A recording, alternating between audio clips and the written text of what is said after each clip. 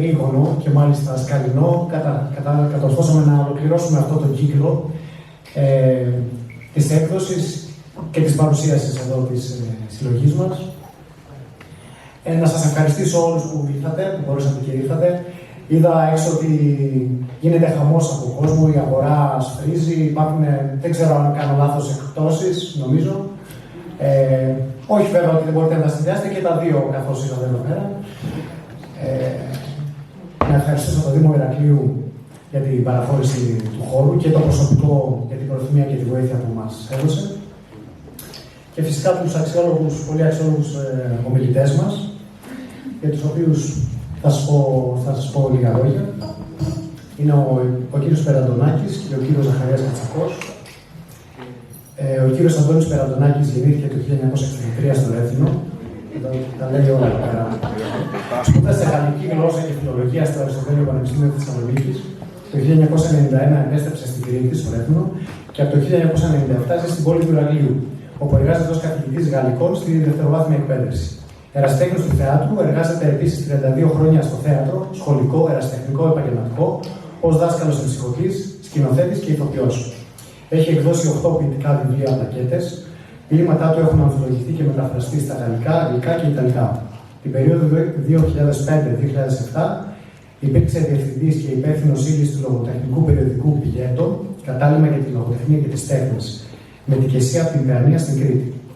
Έχει δημοσιεύσει ποίηματα, λογοτεχνικά δοκίμια και κριτικά σχόλια στα περιοδικά Γράμματα και Τέχνες, Οδός Πάνους, Προσωπείο, Πιλέτο, Πλανόδιον, Ήλαντρον, Παρέμβαση, Ναύδετο, Πόρφυρας, Νέα Εστία και Μανδραγόρας και άλλα. Για τον κύριο Ζαχαρία Κατσακό, γεννήθηκε στο Ηράκλειο της Κρήτης, σπούδασε νεοελληνική φιλολογία στο Πανεπιστήμιο Κρήτης και επιστήμες της αγωγής στα Πανεπιστήμια Αθηνών και Ιωαννίνων. Είναι κάτοχος δύο μεταπτυχιακών τίτλων στην νεοελληνική φιλολογία. Δεν βλέπω να μιλήσει. Και στη δημιουργική γραφή. Φοιτήσε στην Δραματική Σχολή της Μέρης Βοσταντζή το 1980. Εδώ να πω ότι.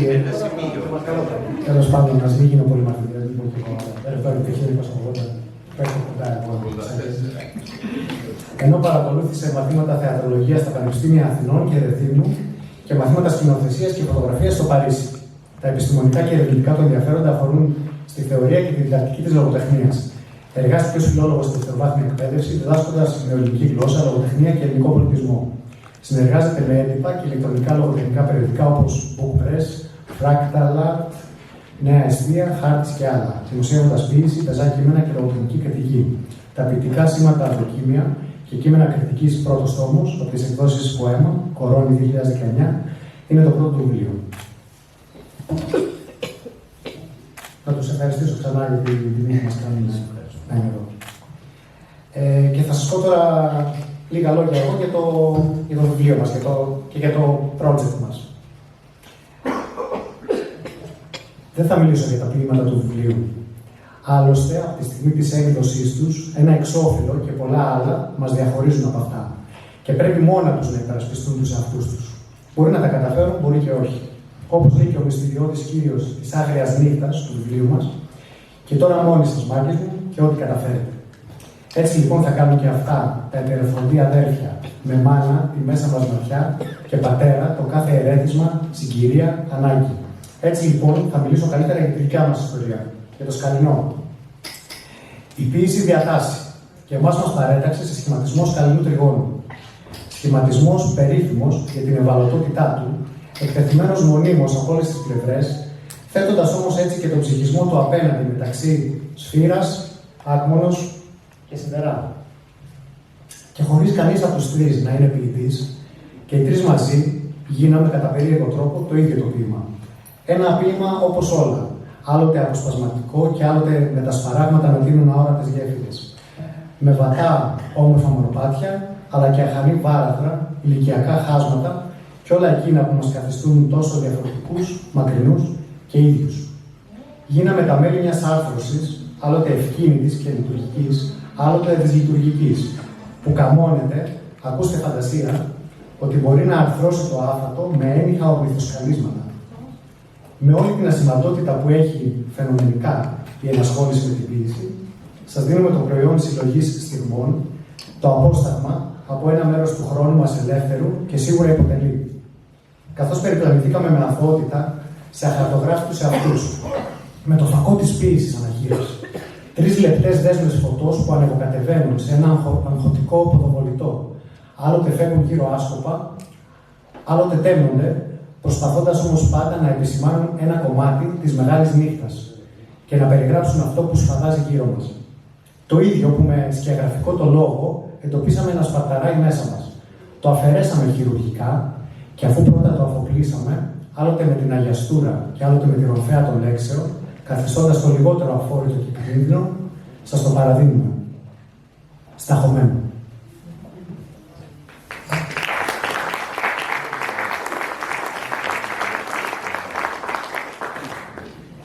Και τώρα ο Εμμανουήλ, ο Εμμανουήλ Φασουλάς, θα μας διαβάσει από την ενότητα του βιβλίου «Χωρίς ποίηση» το δικό του ποίημα.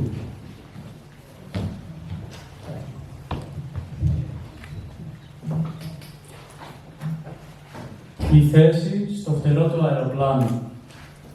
Σκέψου τα επιτεύγματά μας σαν μικρά παιδιά, που χωρίς αυτά τα ποίηματά μας δεν ενηλικιώθηκαν ποτέ.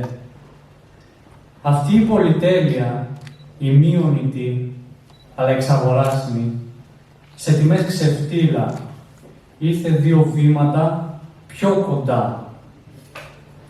Βήματα προς τα βιβλία ποίησης, που σου οδηγούν σε μία βαθύ λακκούβα, με μια αρχή σαν τέλος, σε ένα παράλογο ποίημα.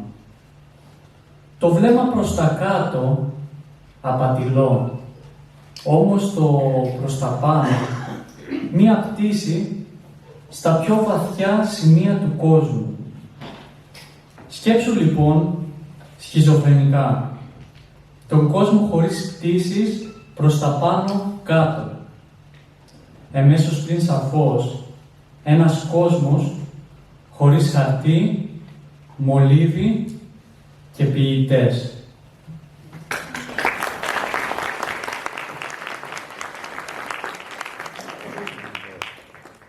Και τώρα θα μας μιλήσει ο κύριος Ζαχαρίας Κατσακός.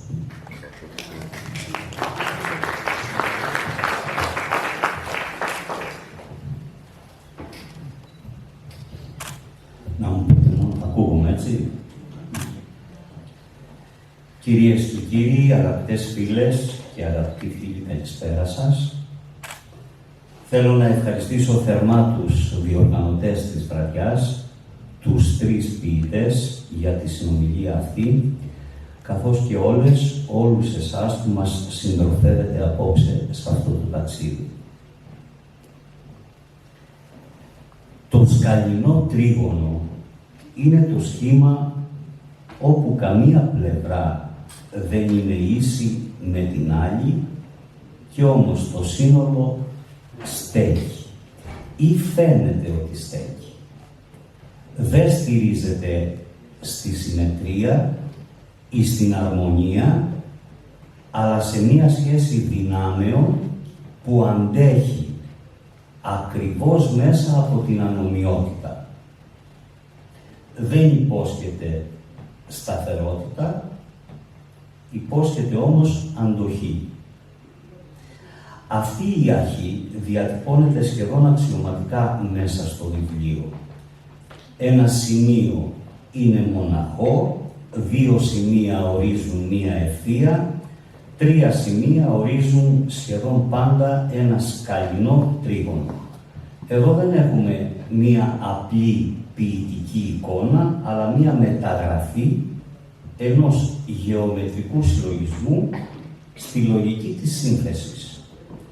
Το 3ο σημείο υπερβαίνει, ξεπερνάει τη μοναξιά και τη διαδικότητα. Αυτή ακριβώς τη λογική υιοθετεί η τριστοπία, το όνομα της συλλογής. Το σκαλινό τρίγωνο δεν λειτουργεί ως σύμβολο εκ των υστέρων, αλλά ως μία ενεργή αρχιτεκτονική και συνθετική αρχή. Αρχιτεκτονική και συνθετική αρχή. Το επαναλαμβάνω. 3 άνισες φωνές συναντιούνται όχι για να εξισωθούν, αλλά για να συνυπάρξουν χωρίς να ακυρώσουν τη διαφορά και την αυτονομία τους. Καμία από τις 3 φωνές δεν γίνεται μέτρο της άλλης. Καμία δεν κυριαρχεί. Η συλλογή οργανώνεται πάνω σε αυτή τη συνειδητή ασυμμετρία, χωρίς ιεραρχία και χωρίς εξομάλυνση. Προς το τέλος του βιβλίου, στα περιεχόμενα και κυρίως στη σημείωση, αποκαλύπτεται καθαρά η επιλογή σύνθεσης. Η φωνή κάθε ποιητή δηλώνεται με σύμβολο, μισοφέγγαρο για τον Εμμανουήλ Φασούλα, καράβι για τον Στάθη Ψαράκη, αν κάνω λάθος πείτε μου, χειροβομβίδα για τον Κώστα Καστρινάκη. Αυτή η σήμανση δεν απομονώνει τις φωνές, αλλά δείχνει τη διαπλοκή τους μέσα στον ίδιο ακριβώς θεματικό άξονα. Στην ενότητα χωρίς ποίηση, οι 3 συγκλίνουν ενοιολογικά, καθώς το ερώτημα της ίδιας της ποίησης γίνεται κοινό τους πεδίο, χωρίς όμως να συγχωνεύονται υφολογικά, στιλιστικά. Η διαφορά δεν έρεται, παραμένει ενεργή και εκεί βρίσκεται η αποτελεσματικότητα του εγχειρήματος, αν δεν κάνω λάθος. Δεν πρόκειται για συνομήλικους ποιητές και αυτό γίνεται αισθητό από την ίδια τη γραφή και όχι από βιογραφικά δεδομένα, αλλά από τον τρόπο με τον οποίο ο χρόνος έχει εγγραφεί ποιητικά μέσα στις 3 φωνές. Η συλλογή, με απλά λόγια, κουβαλάει 3 διαφορετικές χρονικότητες που συνυπάρχουν ταυτοχρόνως και ενιαία, χωρίς όμως να εξομαλύνονται ή να εξισώνονται. Και αυτό είναι πάρα πολύ σημαντικό. Το καθοριστικό στοιχείο είναι ότι σε αυτή την ηλικιακή διαφορά δεν υπάρχει ένα σχήμα δασκάλου και μαθητή ή μαθητή και δασκάλου, αλλά μία συνειδητή συνύπαρξη ανώμιων χρόνων, ανώμιων ταυτίσεων ηλικιακά, μη ηλικιακά. Αυτό θα το αποκρυπτογραφήσετε στο τέλος. Και ίσως αυτό να είναι και το πιο όριμο χαρακτηριστικό της συλλογής. Δεν προσποιείται την ομοιογένεια, αλλά την αφήνει να φαίνεται, να αναδεικνύεται. Ιδιαίτερη σημασία αποκτά το καταληκτικό και τώρα μόνοι σας μάγκες μου βγάλτε τα μολύβια σας, το οποίο δεν λειτουργεί ως απλός ποιητικός επίλογος του βιβλίου, πρόκειται για μία παράδοση σκητάλης και ταυτόχρονα για άρνηση αυθεντίας. Οι 3 ποιητές αποσύρονται ως σχήμα και αφήνουν το τρίγωνο ανοιχτό, εκτεθειμένο στον αναγνώστη και στη δική του ευθύνη.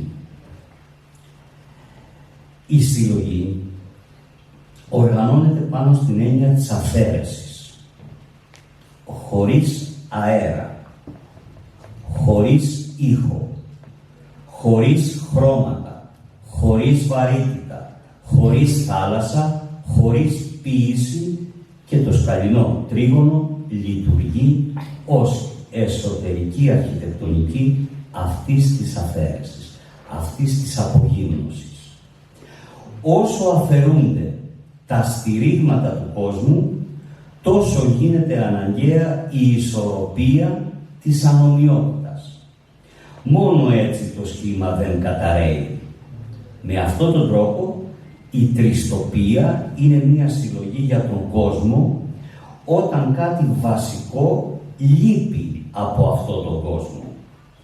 δεν μιλάει για την πληρότητα, αλλά για τη στιγμή που το αυτονόητο αποσύρεται και η εμπειρία αλλάζει ποιότητα. Αέρας, ήχος, χρώμα, βαρύτητα, θάλασσα, ποίηση είναι στοιχεία που συνήθως θεωρούνται δεδομένα, εδώ όμως γίνονται πεδία δοκιμασίας της ανθρώπινης αντίληψης, της μνήμης και της αντοχής. Τα ποίηματα κινούνται ανάμεσα στο προσωπικό και το συλλογικό, στο βιωματικό και το αλληγορικό. Η απουσία δεν παρουσιάζεται μόνο ως έλλειμμα, αλλά και ως συνθήκη αποκάλυψης. Τι απομένει από το σώμα, τον λόγο και τον τόπο, όταν οι αισθήσεις αποδυναμώνονται ή παραμορφώνονται. Πώς επανέρχονται η μνήμη, η επιθυμία, η ηρωνία, ακόμη και το παιχνίδι, μέσα σε έναν απογυμνωμένο, αφαιρεμένο κόσμο. Ο θεματικός άξονας της συλλογής Τριστοπία είναι η δοκιμασία της ανθρώπινης εμπειρίας. Όταν αφαιρείται όμως το αυτονόητο. Η συλλογή δεν πραγματεύεται θέματα με την κλασική έννοια, αλλά καταστάσεις στέρησης. Κάθε ενότητα, χωρίς αέρα, χωρίς ήχο, χωρίς χρώματα, βαρύτητα, θάλασσα, ποίηση, αφαιρεί και ένα βασικό στήριγμα με το οποίο ο άνθρωπος αντιλαμβάνεται και νοηματοδοτεί τον κόσμο. Το ερώτημα όμως παραμένει σταθερό. Τι απομένει όταν λείπει αυτό που θεωρούσαμε δεδομένο? Ο άξονας, ωστόσο, δεν είναι η απουσία καθ' αυτή, αλλά η αντοχή. Πόσο αντέχουμε μέσα στην απουσία, πώς αντέχει το σώμα χωρίς τις αισθήσεις του, ο λόγος χωρίς τη βεβαιότητά του, η μνήμη χωρίς τον τόπο της, η ποίηση χωρίς τον εαυτό της. Εκεί συναντιούνται οι τρεις φωνές, όσο διαφορετικά και αν κινούνται. Ταυτοχρόνως, ο άξονας αυτός είναι υπόγεια πολιτικός. Ένας κόσμος χωρίς αέρα, ήχο, χρώμα ή θάλασσα δεν αποτελεί μόνο ποιητική αφαίρεση, αλλά εικόνα σύγχρονης εξάντλησης.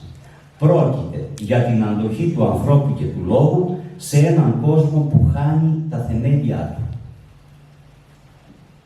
Ποιος είναι όμως ο ρόλος των τριών αυτών φωνών? Ο Κώστας Καστρινάκης αναλαμβάνει τον ρόλο του ρήγμα, ρογμή. Η γραφή του είναι αιχμηρή και συχνά αλληγορική, με έντονη κοινωνική και πολιτική αιχμή, εμποτισμένη με ηρωνία και υπόγεια οργή.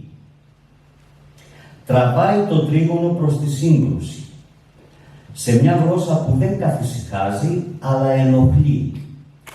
Είναι η χειροβομβίδα που δεν εκρήγνεται πάντα, αλλά παραμένει διαρκώς απειλητική. Αξιοποιεί τεχνικές ηρωνίας, κοινωνικής αλληγορίας και ευνίδιας ανατροπής.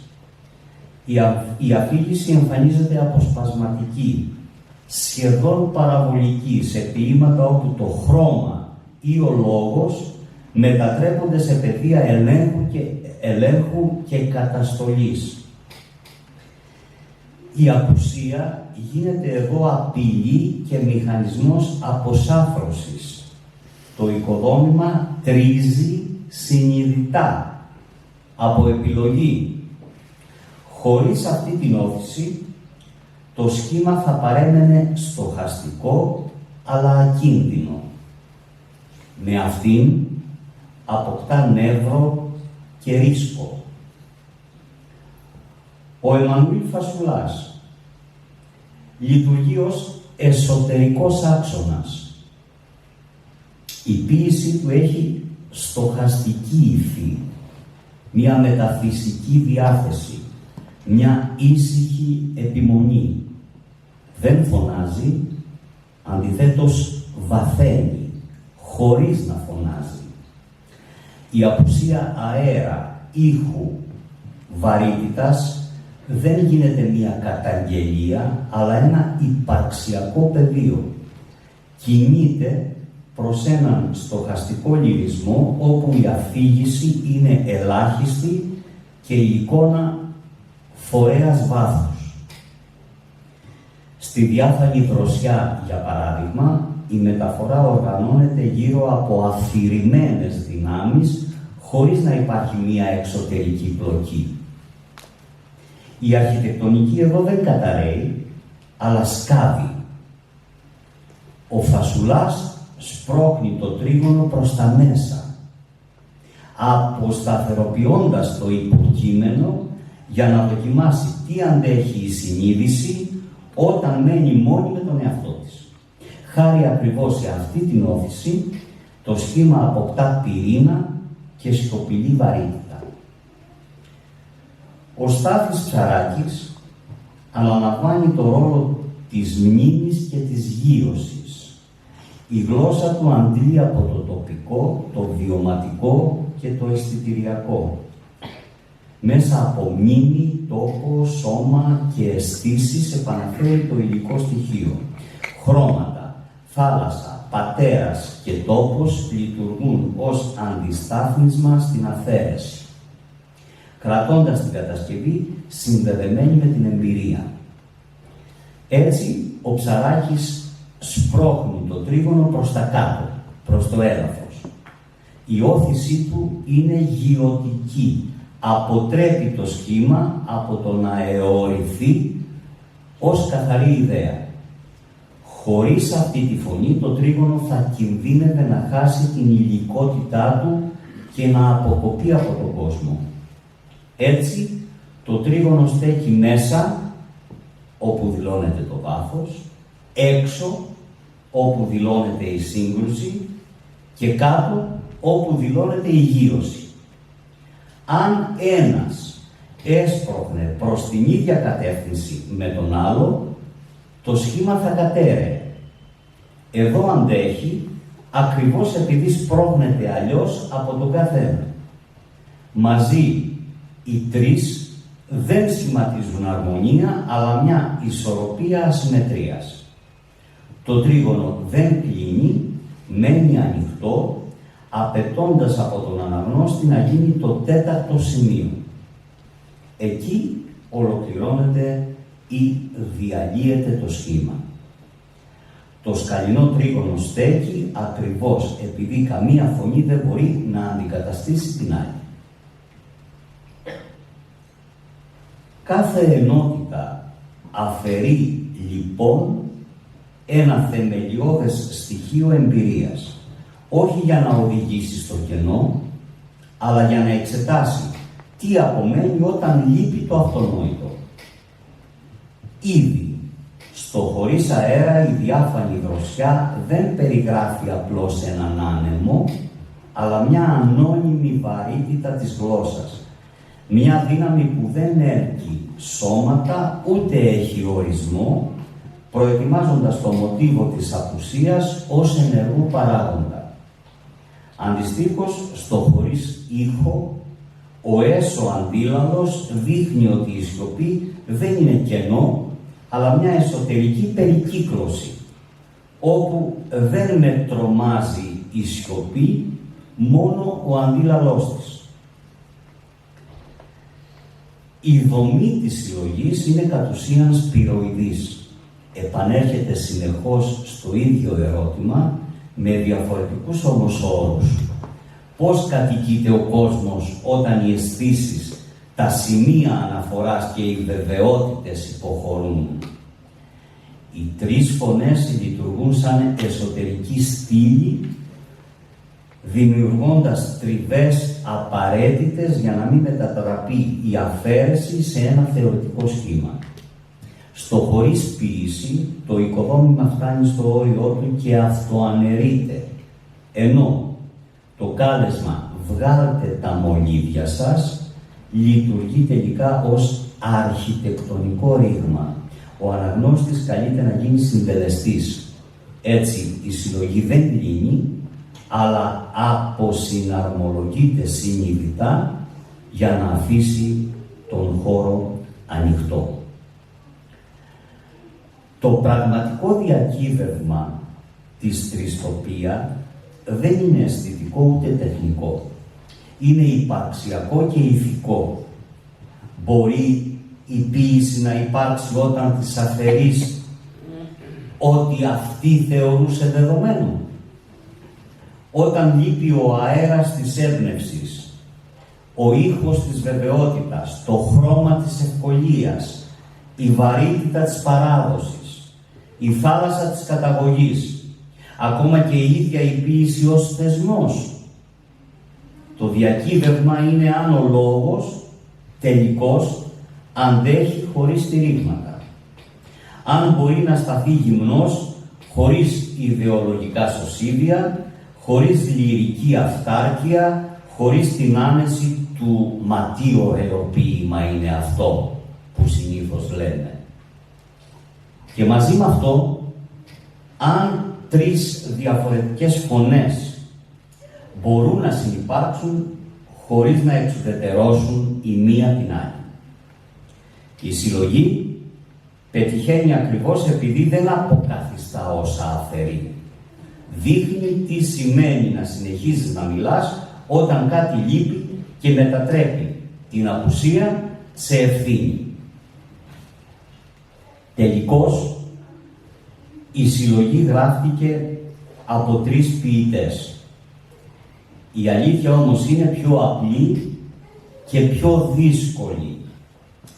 Γράφτηκε από τρεις ανθρώπους που στάθηκαν ο ένας δίπλα στον άλλον χωρίς να κρυφτούν. Ο Εμμανουήλ Φασουλάς είναι η φωνή που κρατάει τον ρυθμό όταν όλα γύρω αδειάζουν. Αυτή που ξέρει ότι η απουσία πονάει, αλλά αντέχεται. Ο Κώστας Καστρινάκης δεν χαρίζεται. Η φωνή του έχει νεύρο, ηρωνία και θα έλεγα μια σχεδόν θυμωμένη τρυφερότητα. Είναι η φωνή που ταρακουνά το τρίγωνο για να δει αν στέκεται και ευτυχώς στέκεται. Ο Στάθης Καράκης φέρνει μαζί του τον τόπο, τη μνήμη, το σώμα. Τα ποίηματά του μυρίζουν χώμα. Είναι η φωνή που ακουμπά το έδαφος όταν όλα μοιάζουν να αιωρούνται. Αγαπητές φίλες, αγαπητοί φίλοι, τελειώνοντας, θα έλεγα ότι στην τριστοπία οι τρεις ποιητές αποφάσισαν να μην σωθούν μόνοι τους, αλλά να σταθούν εκτεθειμένοι μέσα στην ίδια κατασκευή, γνωρίζοντας ότι η ασυμμετρία μπορεί να πονέσει, γνωρίζοντας το ρίσκο. Το αποτέλεσμα δεν είναι ομαλό, ευτυχώς. Τρίζει, αντιστέκεται, σηκώνει φωνές που δεν συμφωνούν. Και γι' αυτό μένει ζωντανό. Σε έναν καιρό που η ποίηση συχνά παριστάνει τη σοβαρή ή τη βαθιά, αλλά φοβάται τη σύγκρουση, εδώ έχουμε σύγκρουση με επίγνωση και συναίσθημα. Όχι θόρυβο, όχι πόζα. Η τριστοπία θυμίζει ότι η ποίηση δεν είναι προϊόν συνεργασίας, αλλά πράξη συνευθύνης. Αν πέσει, θα πέσουν και οι τρεις μαζί. Αν σταθεί, θα σταθεί επειδή κανείς δεν προσπάθησε να ισοπεδώσει τον άλλον. Και αυτό είναι το πιο αιχμηρό της σημείο. Δείχνει πως ακόμα μπορούμε να γράφουμε χωρίς να κρυβόμαστε πίσω από ύφη, γενιές ή άλογοι. Όπως δυστυχώς και ατυχώς μέγα πλήθος ποιητών το πράττει σήμερα. Σας ευχαριστώ.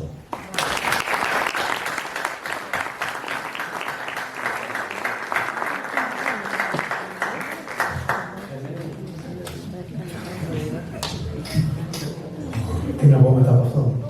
Ευχαριστούμε πολύ.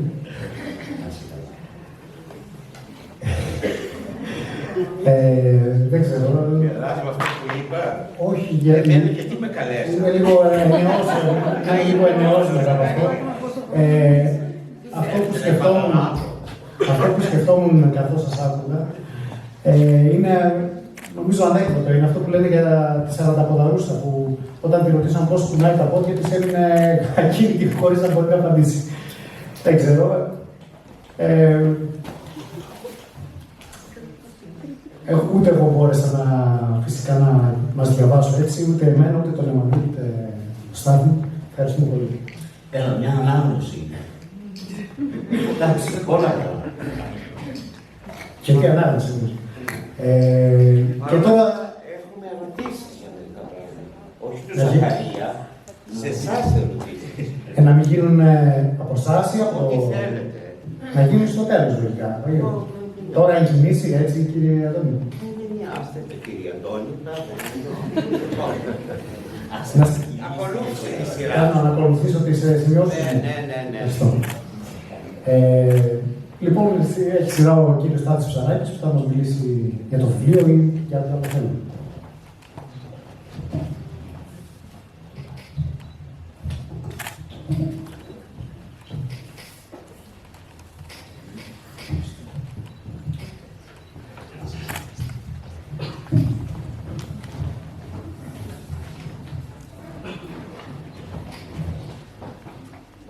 Καλησπέρα σας. Καλή χρονιά, χρόνια πολλά. Εγώ ασχολούμαι με τη γραφή τα 2-3 τελευταία χρόνια. Παλαιότερα βέβαια, όλο και κάτι έγραφα, αλλά αυτά παραμένουν αδιάθετα. Με την παρότριση του Κώστα, πίστηκα να γράψω και να συμμετέχω στη γραφή και έκδοση του βιβλίου. Επειδή δεν ξέρω ποιος είναι ο επίσημος τρόπος που μιλεί κανείς για ένα βιβλίο, θα περιοριστώ στο να πω δύο λόγια για το κάθε ποίημα που έχω γράψει. Ενότητα χωρίς αέρα. Βουνίσιο αγέρι. Χωρίς αέρα δεν φυσά, οι μήλοι δεν αλέθουν. Κυκλώνουν τη γη λογής ανέμοι. Βόρειοι, νότιοι, σιγανοί, θύελες, μα ένας ορειβάτης πεζοπόρος πιάνει φιλίες με ένα βουνίσιο αγέρι, μια φιλία αχώριστη εφόρου ζωής.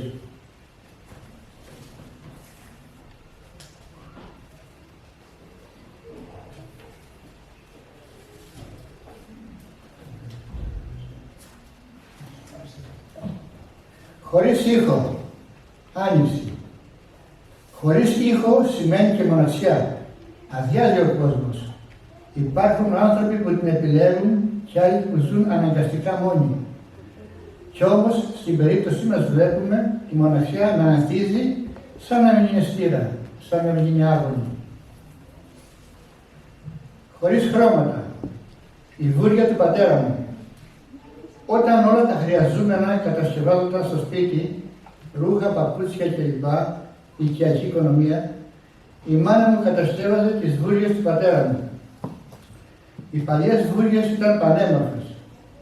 Όσο αφορά την επιλογή των χρωμάτων, ήταν χρώματα της φύσης και περίτεχνες όσον αφορά τους σχεδιασμούς, μοτίβα πτερωμάτων των πουλιών.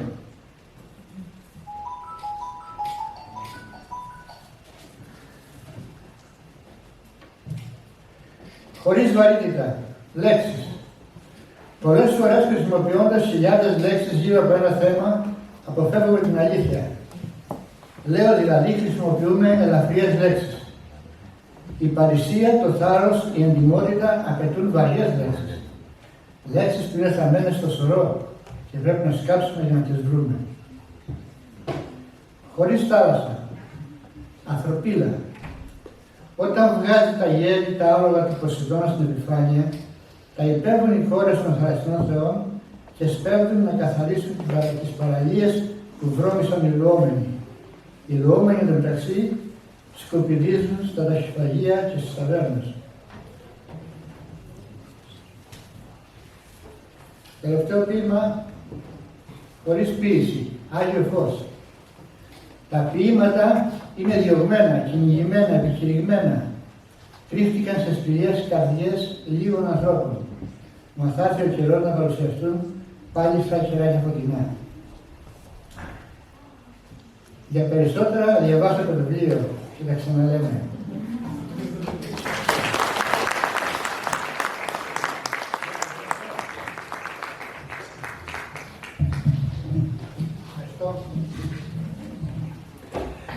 Τώρα από την ενότητα χωρίς ποίηση θα διαβάσω το δικό μου ποίημα, την Άγρια Νύχτα. Έριξε λοιπόν τα ζάρια, αλλά δεν είναι κάθε μέρα Κυριακή, ακόμα κι αν τις έχεις φτιάξει ο ίδιος. Και έτσι, ό,τι χρειάστηκε 7 μέρες για να γίνει, με ένα ασώδιο πάει περίπατο. Ένας πόντος να φύγει φτάνει και ξυλώνει ο κόσμος όλος. Το ξέρουν καλά και το εύχονται όσοι πίνουν μαρτίνι. Έτσι, εκείνη την άγρια νύχτα, χωρίς αέρα, χωρίς ήχο, χωρίς χρώματα, χωρίς βαρύτητα, χωρίς θάλασσα, στο χείλος του γκρεμού, πήρε τη μεγάλη απόφαση.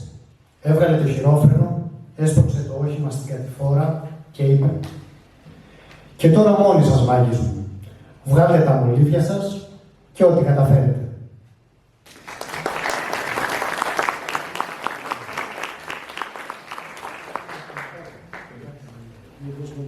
Και τώρα είναι η σειρά του κυρίου Αντώνη Περαντονάκη, που είμαι σίγουρος ότι... Λοιπόν, ευχαριστώ πάρα πολύ. Να ξεκινήσω ακριβώς με αυτό που διάβασες, Κώστα. Το ποίημα αυτό γράφτηκε και από αυτό πήρατε τις ενότητες, χωρίς αέρα, χωρίς ήχο, χωρίς χρώματα, χωρίς βαρύτητα, χωρίς θάλασσα. Όχι. Γράφτηκε στο τέλος, Ναι. αφού είχατε ορίσει τις ενότητες. Οι ενότητες ορίστηκαν κάπως εν κινήσει. Εν κινήσει. Άρα το ποίημα αυτό, όπου περιλαμβάνει τις ενότητες, είναι δικό σου και γράφτηκε μετά. Ναι. Αφού. Νομίζω ήταν η τελευταία ενότητα αυτή. Πολύ ωραία. Όπως είναι και στο βιβλίο.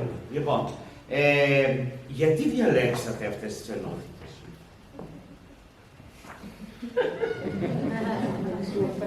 Εγώ θέλω να ακούσω εσάς. Ο Κατσακός εδώ μπορεί να μου λέει ό,τι θέλει μέχρι αύριο το πρωί. Εσείς γιατί διαλέξατε αυτές τις ενότητες? Και κυρίως γιατί το χωρίς μπροστά? Θα ήθελα να σας ακούσω, εσάς θέλω. Νομίζω είναι μια άσκηση αυτό, το χωρίς να εντοπίσουμε πώς θα λειτουργήσει ο κόσμος μας. Κάτι που θα σας δυσκόλευε, θα σας δημιουργούσε κάτι, μια ανάγκη. Αυτό ρωτάω. Εσείς πώς το ζήσατε? Εμείς θα τα διαβάσουμε τα ποίηματα, αλλά εγώ θέλω να ακούσω εσάς πώς το ζήσατε. Ας απαντήσει ο Μανουήλ, να απαντήσει. Όπως θέλετε, ο καθένας, θα χαρώ πάρα πολύ. Εγώ που πρώτα, ας πούμε, σκέφτηκα μια απάντηση, βιωματικά κυρίως, ο κύριος Κώστας ήταν αυτός που μας έλεγε τις ενότητες κάθε φορά που συναντιόμασταν και είχαμε τελειώσει την προηγούμενη ενότητα, μας έλεγε την επόμενη. Εγώ λοιπόν, ακούγοντας την καινούργια ενότητα, αυτό το χωρίς, γιατί η λέξη χωρίς Το ακούγεται χωρίς λίγο... μπήκε εξ αρχής, Κώστα. Ναι, εξ αρχής. Αυτό το χωρίς μου έδινε, με έκανε να νιώθω ένα βάρος. Και αυτό το βάρος έβγαινα έξω στον κόσμο, ας πούμε, π.χ. στο χωρίς αέρα το πρώτο και μύριζα τον αέρα. Λέω, αυτός ο αέρας τι είναι για εμένα? Και ύστερα από αυτό φαίνεται λίγο και στο ποίημα ίσως μέσα αυτό το πράγμα. Και γενικά πιστεύω ότι αν ονομάζαμε μία ενότητα, αν και κυρίως θα πρέπει να σας απαντήσει αυτό ο κύριος Κώστας, γιατί αυτός το είχε πάρει υπόβαση, πιστεύω πως αν ονομάζαμε μία ενότητα απλά αέρας, βαρύτητα, δεν θα εκτιμούσαμε όντως τον αέρα, τη βαρύτητα, την θάλασσα. Πάρα πολύ ωραία. Ακούω πράγματα. Κάπως έτσι πήγαμε νομίζω στη συνθήκη της έλλειψης του πράγματος για να μιλήσουμε γι' αυτό κάπως καλύτερα. Εδώ να πω, δεν ξέρω αν το γνωρίζετε κι εσείς και οι υπόλοιποι, ότι κάτι χαρακτηριστικό για το βιβλίο, ότι όταν γράφτηκε αυτή η συλλογή, οι δύο κύριοι εδώ μεταξύ τους δεν γνωρίζονταν. Δεν γνωρίζονταν καν, ούτε είχαν μιλήσει.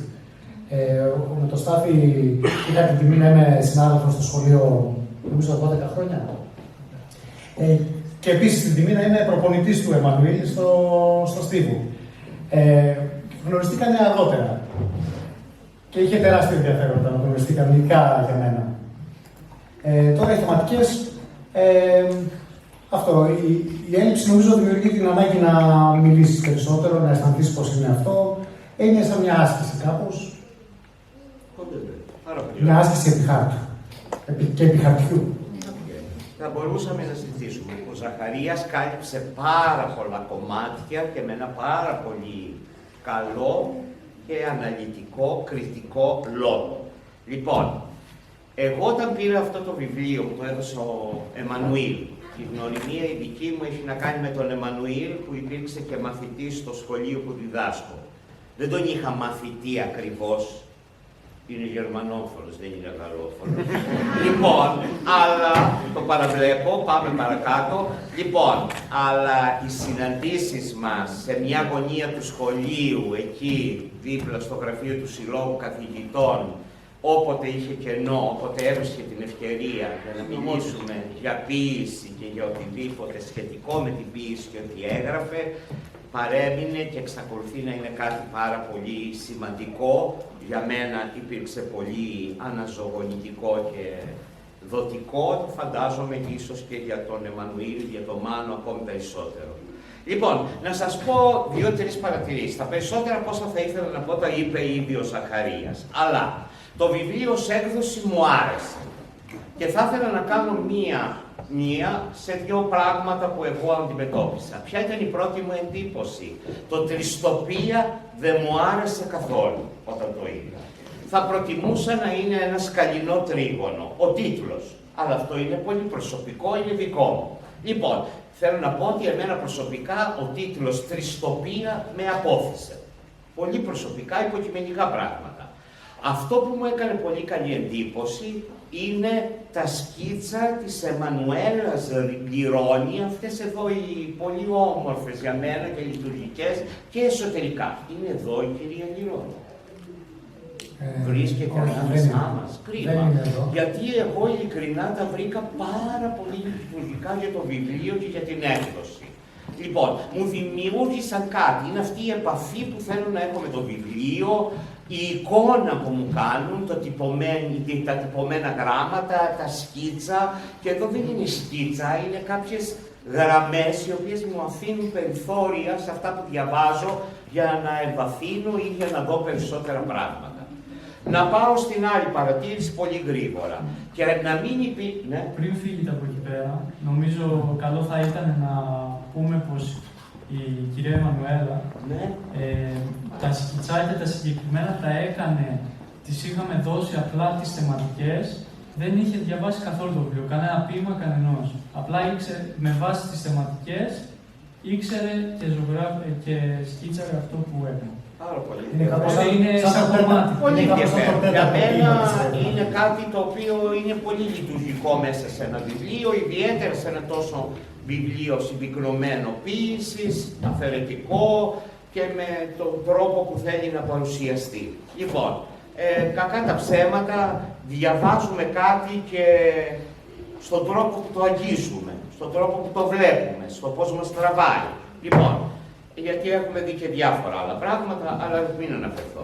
Το δεύτερο, το οποίο το έθιξε με ένα πολύ ωραίο τρόπο ο Ζαχαρίας, είναι ότι και να μην υπήρχε στο αυτή του βιβλίου τα βιογραφικά των συγγραφέων, θα καταλάβαινε κανείς μια πρώτη ανάγνωση, ίσως και με μια δεύτερη, την ηλικιακή τους διαφορά, την καταγωγή, τον τρόπο που αντιμετωπίζουν, που διαβάζουν τον κόσμο, που βλέπουν. Τώρα, με μια δεύτερη, τρίτη ανάγνωση είναι αυτό το κομμάτι που μόλις προηγουμένως ρώτησα τον Κώστα. Δηλαδή, γιατί χωρίς αυτά και αυτά τα πράγματα. Από πού ξεκινάει η ιδέα. Από την έλλειψη, μου απαντήσατε με κάποιο τρόπο και ο Εμμανουήλ και εσύ, και ο Στάθης νομίζω με τον δικό του τρόπο, μέσα από τα δικά του τα ποίηματα, τα τόσο γιωμένα, τα τόσο χθόνια και αρχαίγωνα θα έλεγα εγώ, γιατί είναι τα ποίηματα που αγγίζουν πολύ περισσότερο ακριβώς στον τόπο, στο χώμα, στη γη και δίνει την κριτική γη. Και αυτό είναι πάρα πολύ ενδιαφέρον μέσα στο όλο εγχείρημα. Γιατί για εγχείρημα πρόκειται. Βεβαίως να σας πω εδώ τώρα ότι εγώ θα είμαι ο κακός της παρέας. Το εγχείρημα δεν είναι για πρώτη φορά που γίνεται. Έχουμε ανθρώπους οι οποίοι προσπάθησαν μαζί να συγγράψουν βιβλία. Και όταν λέω να συγγράψουν, δεν θα μιλήσω για το κομμάτι της πρόζας που γίνεται πάρα πολύ συχνά. Δηλαδή, έχουμε με μία θεματική 4 πεζογράφους, διηγηματογράφους, οι οποίοι καταθέτουν το δικό τους κομμάτι σε ένα θέμα που έχει να κάνει. Παραδείγματι, με συγχωρείτε για το θέμα που φέρνω τώρα στο μυαλό μου, τη γυναικοκτονία. 4 συγγραφείς, 6 συγγραφείς, ο καθένας γράφει με τον δικό του τρόπο για μια θεματική. Αλλά πάλι θα ξαναπώ, αφήγηση, πεζό. Στην ποίηση δεν είναι τόσο συχνό. Και δεν μιλάμε για ανθολογήσεις. Άλλο πράγμα η ανθολόγηση ποιημάτων με κοινό θέμα. Ποίηματα για τον πατέρα, ποίηματα για τη μητέρα. Μιλάμε για να συνυπάρξουν κάποιοι ποιητές, το έχουμε δει με 2, με 3 τώρα εσείς λίγο πρωτοτυπήσατε. Το τελευταίο μας παράδειγμα, και το αναφέρω γιατί είναι προς τιμή των παιδιών, ξέρω πάρα πολύ καλά την αγάπη που έχουν στο ποιητή Γιάννη Στίγκα και στον Νικόλα τον Ευαντινό, τον δικό μας ποιητή από την Ιεράπετρα, όπου έβγαλαν από κοινού ένα ποιητικό βιβλίο με τίτλο «Κωμωδία» και στήριξε ο καθένας με έναν ιδιαίτερο τρόπο. Επίσης, ακολουθούν με τον ίδιο τρόπο, τα ποίηματά τους δεν έχουν το όνομα του καθενός μπροστά, αλλά στο τελευταίο μέρος, στα περιεχόμενα, έχουν ένα σημάδι που καταλαβαίνουμε τίνος είναι το ποίημα. Το ίδιο ακολούθησαν και εδώ. Και να σας πω την αλήθεια, μου έκανε εντύπωση. Το Μισοφέγγαρο του Εμμανουήλ Φασουλά είναι ο νεότερος. Μου έκανε εντύπωση το καράβι που ταξιδεύει του Στάθη. Και φυσικά, σε τρικυμία μάλιστα Στάθη. Και φυσικά ήρθε μπουμ η χειροβομβίδα του Κώστα. Λέω τώρα, με ένα Μισοφέγγαρο, με ένα καράβι και μία χειροβομβίδα, ήμουν λίγο αμφίβολος για το τι θα επρόκειτο. Κάθε μια Ελλάδα, πώς το λέει. Μια Ελλάδα πια. Λοιπόν, η αλήθεια να λέγεται όμως, Κώστα, και να αφήσουμε λίγο τα κύρια και κύρια και πολλούς ποιητές ακούσαμε απόψε. Άσε που μας γράψατε και ποιητές στην αφίσα. Λοιπόν, γράφουμε, ναι, δεν είναι ανενερή καλής ότι δεν γράφουμε, αλλά όλοι ξαφνικά και κύριοι και ποιητές μεταξύ μας είμαστε, ίδια πράγματα κατανοούμε, τα ίδια πάθη έχουμε και την αγάπη για τον λόγο. Λοιπόν, ας τα αφήσουμε τα περιτά και κυρίως ας μην δίνουμε τίτλους, γιατί κακά τα ψέματα, αν αγαπάμε και πονάμε πράγματα, η ψυχούλα μας ξέρει ακριβώς από πού περνάει και τι γίνεται. Εγώ βλέπω και πολλούς ανθρώπους εδώ μέσα που δεν είναι απαραίτητα συγγραφείς, αλλά διαβάζουν και ο αναγνώστης έχει συμμετοχή και στην ψυχούλα και στον πόνο και στη διαδρομή και στο τι διαβάζει. Και νομίζω ότι είναι το σημαντικότερο απ' όλα. Λοιπόν, πράγματι, Κώστα, η χειροβομβίδα σου κάποιες στιγμές πήγε να απασφαλιστεί, δεν απασφαλίστηκε όμως για μένα. Εγώ έχω ένα ποίημα συγκεκριμένο δικό σου που εκτιμώ ιδιαίτερα μέσα από εκεί. Λοιπόν, βρίσκουμε φράσεις, βρίσκουμε ποίηματα. Λοιπόν, ακούστε με τώρα. Το εγχείρημα αυτό είναι, το είπε και αυτό ο Ζαχαρίας, δεν άφησε τίποτε να μην πει. Λοιπόν, είναι ρίσκο. Δεν είναι εύκολα πράγματα. Είναι επίφοβα. Ωστόσο, έχει απόλυτο δίκιο ότι στο τρίγωνό του, στο σκαλινό, το ανισομερές, κρατήθηκε. Δεν έγειρε από κάποια μεριά, από κάποια μπάντα. Λοιπόν, κρατήθηκε. Εγώ αυτό που θα ευχηθώ είναι ένα πράγμα. Να αρχίσετε πλέον ο καθένας Καλή ήταν η απόπειρα, μια χαρά το φτιάξατε, μια χαρά το στηρίξατε, μάλιστα μας φέρατε και κοντά σας για τέτοια βραδιάτια, βλέπω και χαίρομαι για τον κόσμο που βλέπω. Λοιπόν, αλλά από εδώ και πέρα περιμένουμε να δούμε το προσωπικό στίγμα του καθένα σας. Και αφήστε για πολύ αργότερα πια, όταν θα έχετε βρει πράγματα, αν θέλετε, έτσι για το κέφι σας, να ξανακάνετε ένα πείραμα τέτοιο, Τριστοπίας, Δεκάκης, πολλαπλά, όπως θέλετε εσείς, ξέρω εγώ πώς θα το βρείτε.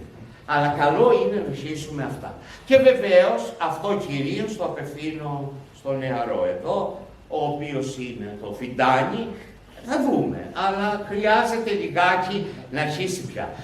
Τον χάρηκα πολύ όταν διάβασε το ποίημα, γιατί έχει αρχίσει να αρθρώνει το λόγο του με μια σιγουριά ήδη. Και σε ευχαριστώ Μάνο γι' αυτό. Σε άκουσα πολύ καλά. Ο Μάνος στο τελευταίο διάστημα έχει μπει σε άλλα πράγματα, είναι με την ομάδα του Πανεπιστημίου, μια πολύ ενδιαφέρουσα δουλειά, μπράβο παιδιά. Λοιπόν, επίσης ασχολήθηκε με το κομμάτι της επιτελεστικής ποίησης, δηλαδή ζωντανά, ερμηνεύω και πράγματα. Όλα αυτά φαίνονται στο Μάνο. Σας το λέω πιο πολύ εγώ, γιατί τον θυμάμαι τώρα και κάποια χρόνια που είμαστε μαζί από τότε που ήταν στο Λύκειο και τον έβλεπα. Τα χαρτάκια που μου έφερνε, αυτά που μου διάβαζε, ο τρόπος που άρθρωνε. Αυτή τη στιγμή έχει αρχίσει σιγά σιγά να αποκτά και να αρθρώνει. Δεν θέλω να μειώσω καθόλου την παρουσία του.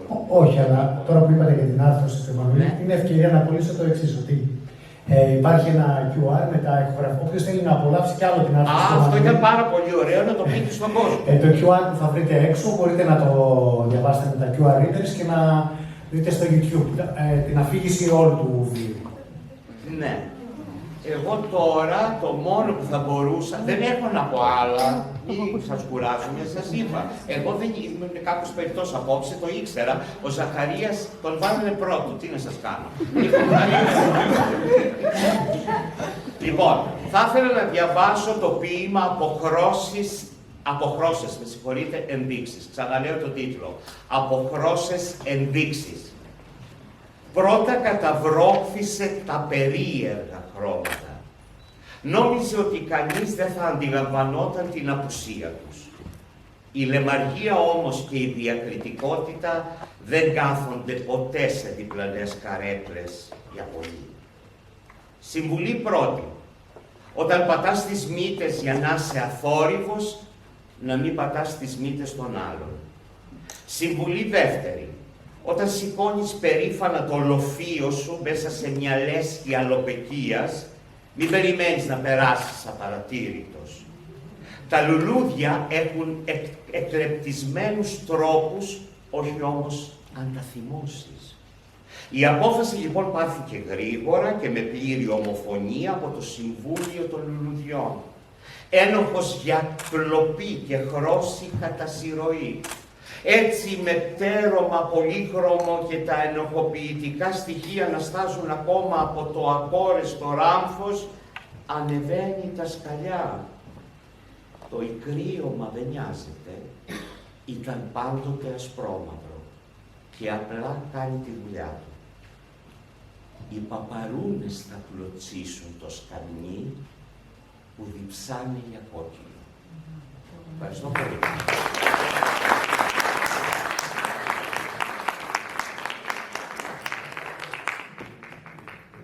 Ευχαριστούμε τον κύριο Αντώνη, που σίγουρα βρήκε άλλες πτυχές και άλλα πράγματα να πει, πέρα από την πληρέστατη ομιλία του κυρίου Ζαχαρία. Δεν θα ξαναπάμε το κατσάκο. Ή την άλλη φορά πρώτος. Να προηγηθεί. Τώρα σειρά έχει ο Εμμανουήλ Μασουλάς, θα μας πει για τη δικιά του εμπειρία και το βιβλίο. Ευχαριστώ πολύ. Καλησπέρα σε όλους και από μένα. Χαίρομαι που βλέπω τόσα πρόσωπα μαζεμένα και σας ευχαριστώ ιδιαίτερα γι' αυτό. Υπόσχομαι να είμαι σύντομος και να μην μετανιώσατε που σηκωθήκατε από τον καναπέ σας. Δεν έχω να πω πολλά, ειδικά ως μικρότερη πλευρά του σκαλινού τριγώνου, ηλικιακά κυρίως. Θα ξεκινήσω λοιπόν με μια παραδοχή. Όσο διάβαζα και ξαναδιάβαζα αυτό το βιβλίο για να κάνω διορθώσεις και να εμπνευστώ το σημερινό μου λόγο, σκεφτόμουν πως όποιος το πάρει στα χέρια του κινδυνεύει πολύ να πάθει ιστερετικό σύνδρομο. Γιατί όμως? Επειδή έχει μέσα τόσα χωρίς που στο τέλος αναρωτιέσαι αν θα σου μείνουν ακόμα και τα παπούτσια που φοράς. Μιας και η τριστοπία είναι στην πραγματικότητα μία δυστοπία που δύσκολα την διαβαίνεις ακλόνητος. Εγώ λοιπόν θα τα πω χύμα και όποιον πάρει το κύμα. Αν και τώρα που το ξανασκέφτομαι, κύμα δεν υπάρχει. Μην ψάχνετε άδικα στην αίθουσα. Υπάρχει ολόκληρο κεφάλαιο χωρίς θάλασσα. Οπότε ας μείνουμε στο στεγνό έδαφος προς το παρόν. Όμως παρά τις ελλείψεις, ένα κύμα έμπνευσης και ομαδικής συλλογικότητας είναι αυτό που ονομάζουμε σκαλινό τρίγωνο. Και μιας που το ανέφερα, το σκαλινό τρίγωνο, πρέπει να σας εξομολογηθώ κάτι. Κάθε συνάντηση του σκαλινού τριγώνου έμοιαζε λίγο σαν συνάντηση των Ιλουμινάτι. Είχαμε τα τρίγωνα, είχαμε και τη μυστικότητα, αλλά ευτυχώς μας έλειπαν οι ασυναρτησίες και οι θυσίες που ακούγονται κατά καιρούς. Αντί για θυσίες, εμείς είχαμε τα ποίηματά μας στη μέση και θα εκθέταμε στο φως. Αντί για θεούς και είδωλα, είχαμε ποιητές και βιβλία. Ξεχάστε όμως ό,τι είπα παραπάνω. Τουλάχιστον για τη συγκεκριμένη ποιητική συλλογή του σκαλινού τριγώνου. Η αλήθεια είναι λίγο ακόμα πιο μυστηριώδης. Αναφέρθηκα πριν σε συγκεντρώσεις, αλλά στην πραγματικότητα ήμασταν μία οργάνωση η οποία δεν βρέθηκε ποτέ από κοντά. Στο δικό μας τρίγωνο, οι πλευρές δεν εφάπτονταν πουθενά. Ήμασταν τρεις κορυφές σε απόσταση ασφαλείας, που τις κρατούσε ενωμένες ένας και μοναδικός συνδετικός κρίκος, ο κύριος Κώστας Καστινάκης. Φανταστείτε τον λοιπόν ως τον άνθρωπο που κρατούσε το σκοινί για να μην σκορπίσει το τρίγωνο στους 5 ανέμους, ή τώρα που το ξανασκέφτομαι στους 3 ανέμους. Εκείνος ήταν το κέντρο βάρους μας. Εμείς απλώς ανταλλάσσαμε στίχους δια την προσώπου, αποδεικνύοντας πως για να φτιαχτεί μια τριστοπική γεωμετρία δεν χρειάζεται να μοιράζεσαι το ίδιο τραπέζι, αρκεί να μοιράζεσαι το ίδιο φως. Έτσι όπως το φως ντρέπεται το σκοτάδι, έτσι και η ποίηση ντρέπεται τους πολλούς. Αλλά μιας και μίλησα για ντροπή, έχω καταλάβει κάτι από τις συναναστροφές μου. Ο κόσμος σήμερα ντρέπεται να γράψει και να διαβάσει, διότι φοβάται την έκθεση και την αβεβαιότητα. Κι έτσι ένας κόσμος χωρίς ποίηση μοιάζει ολοένα και πιο πραγματικός. Ευτυχώς όμως ζούμε σε έναν κόσμο που όλα τα χωρίς του βιβλίου είναι αδύνατα, εκτός από το τελευταίο, όπως προανέφερα. Όσο όμως υπάρχουν άτομα στη ζωή μου, σαν τον κύριο Καστρινάκη, τον κύριο Ψαράκη, τον κύριο Κατσακό και τον κύριο Περαδονάκη, εγώ προσωπικά δεν θα ζήσω σε έναν κόσμο χωρίς ποίηση. Πρέπει να ζητήσω μία συγγνώμη κάπου εδώ. Ίσως παρασύρθηκα μιλώντας για το βιβλίο και ξέχασα να πω 2-3 λόγια παραπάνω για τους υπόλοιπους της παρέας και τους συνοδοιπόρους μου στο σκαλινό αυτό τρίγωνο και τους 2 υπέροχους δασκάλους μου, τον κύριο Περαντονάκη και τον κύριο Κατσακό. Αν και η χρήση του όρου δάσκαλος είναι λίγο πλάγια, διότι δεν έχουν υπάρξει στη ζωή μου ποτέ ως δάσκαλοι σε κάποια εκπαιδευτική βαθμίδα. Παρόλο που όλοι είναι κομμάτια αυτής, μαζί και οι άλλες 2 πλευρές του τριγώνου. Αλλά ξέρετε πώς είναι αυτά. Όταν ένα βιβλίο έχει τόσα κενά, προσπαθείς να τα καλύψεις για να μην κουράζουμε το χαρτί με περιττά μελάνια. Όπως καταλάβατε, δεν κατάφερα να καλύψω όλη την παλέτα αυτού του βιβλίου, με τόσα χωρίς που έχει μέσα. Τώρα όμως που το ξανασκέφτομαι, μόλις έδωσα μία πάσα στον εαυτό μου. Χωρίς όλη την παλέτα, δεν έχουμε χρώματα. Χωρίς χρώματα, λοιπόν.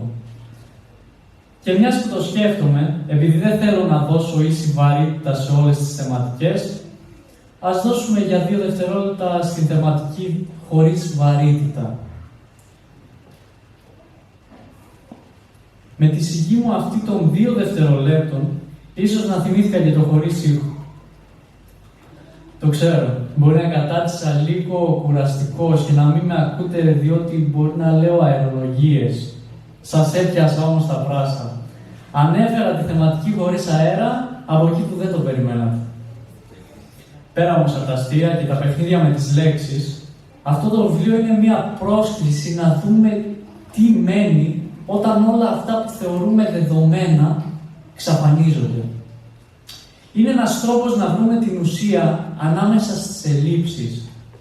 Και η ουσία τελικά βρίσκεται στο πώς θα επιλέξει ο καθένας από εσάς να συμπληρώσει αυτά τα κενά. Μη φοβηθείτε λοιπόν να κάνετε αέρα με αυτό το βιβλίο. Να το χρωματίσετε, μιας και είναι άσπρο. Άσπρο. Ή ακόμα και να το αφήσετε να πέσει κάτω. Σύντομο διαφημιστικό διάλειμμα. Να γράψετε στο YouTube τριστοπία και να το ακούσετε και με ήχο. Μιας και υπάρχει και audiobook για να απολαύσετε. Υπάρχει και το QR code όπως είπαμε πριν. Να το διαβάσετε το καλοκαίρι στην θάλασσα. Και πάνω απ' όλα, μη φοβηθείτε να το αφήσετε να σας εμπνεύσει ποιητικά. Γιατί κακά τα ψέματα, ένα βιβλίο χωρίς όλα τα παραπάνω είναι απλώς ένα βιβλίο χωρίς εσάς. Δηλαδή, ένα χωρίς βιβλίο. Σας ευχαριστώ πολύ.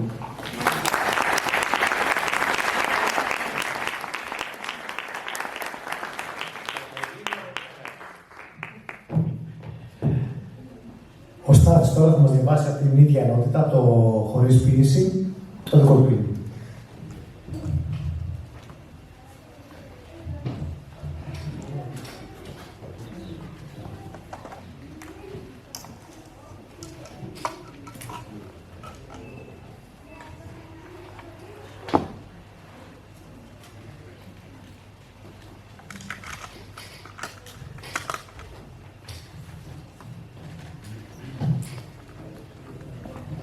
Από την ενότητα χωρίς ποιήση θα διαβάσω το ποίημα Άγιο Φως. Χρόνια και χρόνια προσπαθώ τον ορισμό της ποίησης να βρω, να θυμηθώ. Παιδαγωγοί τα διώξανε, κρύφτηκαν τα ποίηματα. Ναρκολεπτήθηκε η αλήθεια. Τώρα που τα εκρηκτικά αφοπλίστηκαν, χεράκια ανεμένα επιστρέφουν, Άγιο φως στάζουν στις πηγές, διαμαντοστολίζουν τις ψυχές.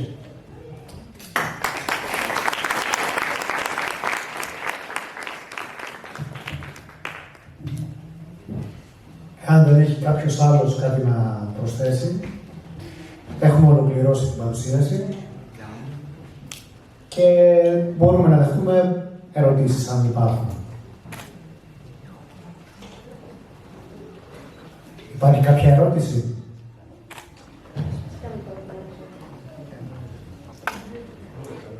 Ή σας κάλυψε όλος ο κύριος Ζαχαρίας όπως είπε εγώ? Εγώ πέρυσι τον κύριο Αντώνη, δεν έκανε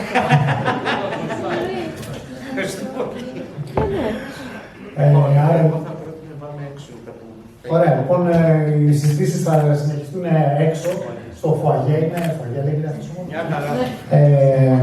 Με τη ρακή του Στάθη, τα γλυκά και τα αλμυρά που υπάρχουν έξω και θα συνεχιστούν κατά ζευγάρια, κατά τριάδες και κατά τετράδες. Τα πηγαδάκια, ναι, μπορεί να αντλήσουμε κάτι από αυτό το πηγάδι. Σας ευχαριστούμε πάρα πολύ.